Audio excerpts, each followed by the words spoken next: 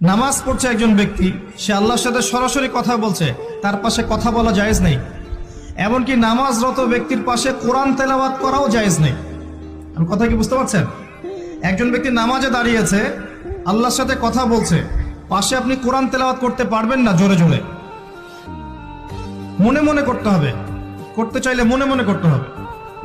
অনেক সময় মসজিদের ভিতরে দেখবেন নামাজ পড়া হচ্ছে, শোরগোল করছে।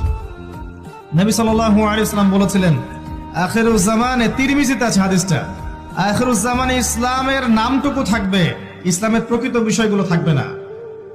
কোরআনের মাসহাফ থাকবে, যে মাসহাফ, কোরআনের মাসহাফটা থাকবে, এর শিক্ষাগুলো থাকবে না।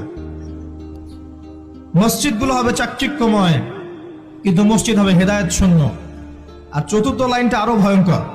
4 নম্বর লাইনে গিয়ে নবীজি বলেছেন সাল্লাল্লাহু আলাইহি ওয়াসাল্লাম, আসমানের নিচে জমিনের উপরে আল্লাহর সবচেয়ে নিকৃষ্ট সৃষ্টি হবেন এক শ্রেণীর আলেম।